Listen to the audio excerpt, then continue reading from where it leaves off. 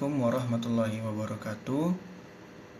Jadi di sini saya akan mempresentasikan resume mengenai kegiatan pertambangan di Indonesia berdasarkan Undang-Undang Pertambangan Nomor 4 Tahun 2009 yang diperbaharui dengan Undang-Undang Nomor 3 Tahun 2020. Sebelumnya izin memperkenalkan diri, nama saya Adam Zahari Aurora dengan NIM 001. Yang pertama, ringkasan Undang-Undang Nomor 4 Tahun 2009 yaitu dasar hukum kegiatan pertambangan di Indonesia. Undang-Undang Nomor 4 Tahun 2009 mengatur semua kegiatan pertambangan di Indonesia untuk mengoptimalkan manfaat sumber daya mineral dan batu bara bagi kesejahteraan rakyat. Tujuan utamanya: 1. Pengelolaan sumber daya mineral dan batu bara yang berkelanjutan. 2. Peningkatan kesejahteraan dan pendapatan negara dari sektor tambang.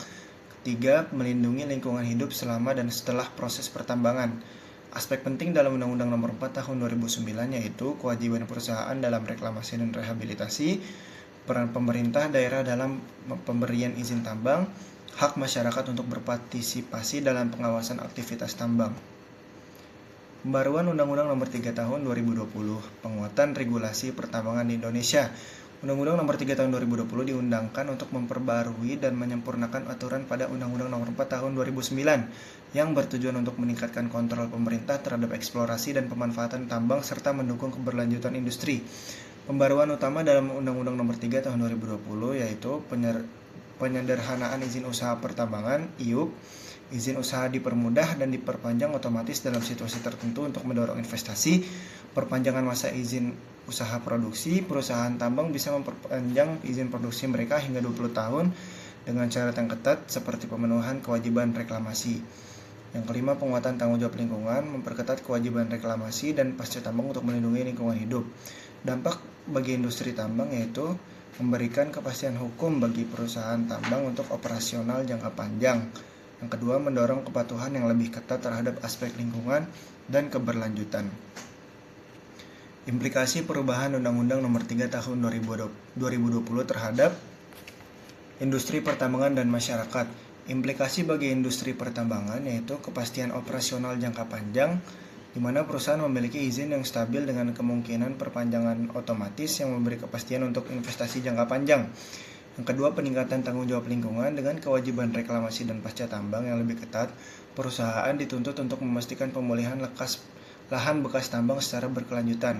Ketiga, dorongan investasi. Peraturan yang disederhanakan menarik lebih banyak investasi karena proses perizinan lebih efisien. Yang selanjutnya, dampak bagi masyarakat sekitar tambang yaitu peningkatan kesejahteraan ekonomi, yaitu lebih banyak investasi berarti potensi lapangan kerja dan peningkatan ekonomi bagi masyarakat sekitar tambang. Kedua, kepedulian terhadap lingkungan hidup. Kewajiban reklamasi membantu menjaga kelestarian lingkungan, mengurangi dampak negatif terhadap kesehatan dan kualitas hidup masyarakat. Yang ketiga, tanggung jawab sosial perusahaan. Perusahaan didorong untuk berkontribusi melalui program-program CSR yang memberi manfaat langsung pada masyarakat seperti pembangunan infrastruktur dan pendidikan.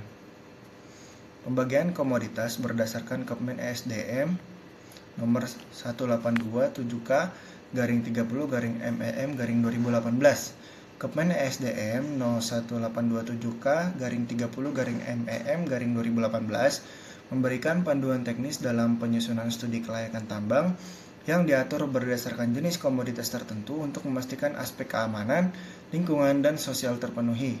Pembagian komoditas tambang yaitu mineral logam, contohnya emas, tembaga, nikel. Studi kelayakan untuk komoditas ini fokus pada nilai ekonomi tinggi dan risiko lingkungan yang lebih besar dan dalam ekstraksi.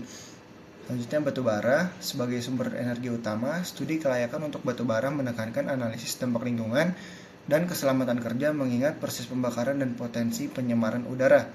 Mineral non-logam, contohnya kaolin dan gipsum, biasanya digunakan untuk industri tertentu seperti keramik atau konstruksi dengan dampak lingkungan yang lebih ringan dibandingkan logam. Selanjutnya, batuan, contohnya pasir, batu kapur, umumnya untuk konstruksi dan lebih berfokus pada dampak sosial serta izin penggunaan lahan. Perbedaan utama dalam studi kelayakan per komoditas yaitu setiap komoditas memiliki ketentuan studi kelayakan berbeda-beda untuk mengakomodasi karakteristik unik, dampak lingkungan, serta potensi ekonomi masing-masing jenis bahan tambang. Perbedaan isi studi kelayakan untuk berbagai komoditas tambang.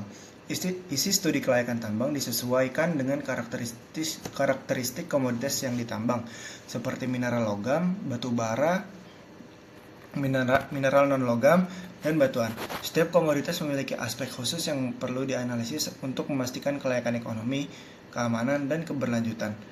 Perbedaan isi studi kelayakan berdasarkan komoditas yaitu yang pertama, mineral logam, analisis teknis mendalam, yaitu fokus pada metode ekstraksi dan teknologi untuk memaksimalkan hasil. Selanjutnya, pengelolaan tambang, karena potensi kontaminasi tinggi, pengelolaan limbah sangat diperhatikan.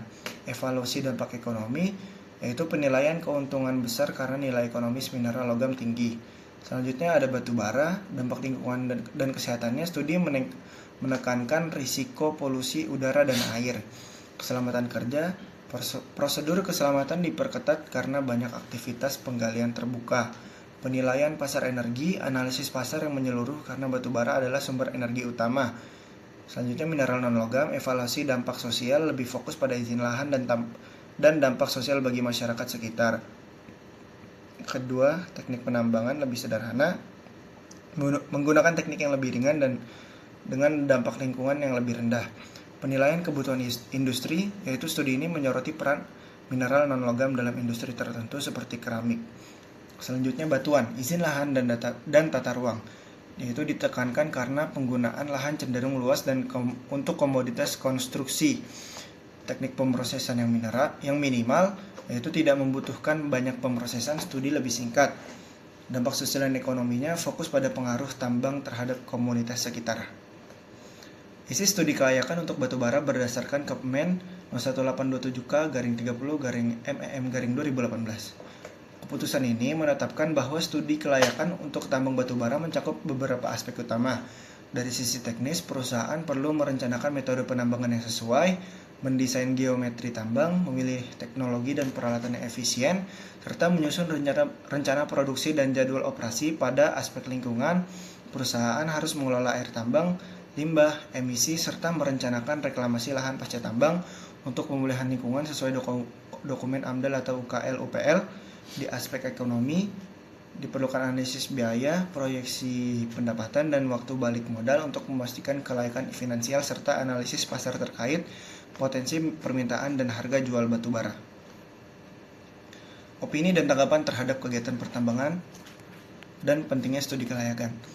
Opini dan tanggapan terhadap pelaksanaan pertambangan di Indonesia, yaitu kegiatan pertambangan di Indonesia memiliki dampak signifikan bagi perekonomian, tetapi juga membawa tantangan lingkungan dan sosial. Dengan adanya Undang-Undang Nomor 3 Tahun 2020, diharapkan industri ini menjadi lebih bertanggung jawab, baik dari segi lingkungan maupun kontribusi kepada masyarakat sekitar. Selanjutnya masih ada tantangan dalam implementasi seperti pengawasan yang ketat terhadap kepatuhan reklamasi dan penegakan prosedur keselamatan kerja. Yang kedua, pentingnya studi kelayakan dalam industri pertambangan. Studi kelayakan berperan krusial dalam memastikan proyek tambang dapat dilaksanakan secara aman, ekonomis, dan berkelanjutan. Melalui studi kelayakan, perusahaan dapat mengidentifikasi risiko sejak awal, baik dari aspek teknis, lingkungan, maupun sosial, sehingga dapat meminimalkan dampak negatif dan memaksimalkan manfaat. Selanjutnya, studi kelayakan juga memastikan bahwa proyek tambang sesuai dengan regulasi dan memiliki rencana reklamasi yang tepat, menjaga kelestarian lingkungan dan kesejahteraan masyarakat jangka panjang. Tiga kesimpulan dari saya pribadi, dengan pelaksanaan studi kelayakan yang baik, industri tambang di Indonesia dapat berjalan secara berkelanjutan dan lebih bertanggung jawab terhadap lingkungan serta masyarakat. Jadi kesimpulan dari presentasi yang sudah saya sampaikan, Undang-Undang Nomor 3 Tahun 2020 serta Kemen ESDM 01827K/30/MEM/2018 menetapkan standar penting dalam kegiatan pertambangan di Indonesia yang menekankan tanggung jawab lingkungan, sosial, dan ekonomi. Selanjutnya, pembagian komoditas dalam studi kelayakan menunjukkan bahwa setiap komoditas memiliki kebutuhan analisis yang berbeda, memastikan setiap proyek tambang dijalankan secara aman dan berkelanjutan. Selanjutnya, studi kelayakan menjadi fondasi utama yang memungkinkan perusahaan tambang untuk mengidentifikasi risiko dan memastikan kepatuhan terhadap regulasi yang berlaku. Berikut daftar pustaka sudah saya lampirkan. Sekian dan terima kasih. Mohon maaf jika ada kesalahan. Assalamualaikum warahmatullahi wabarakatuh.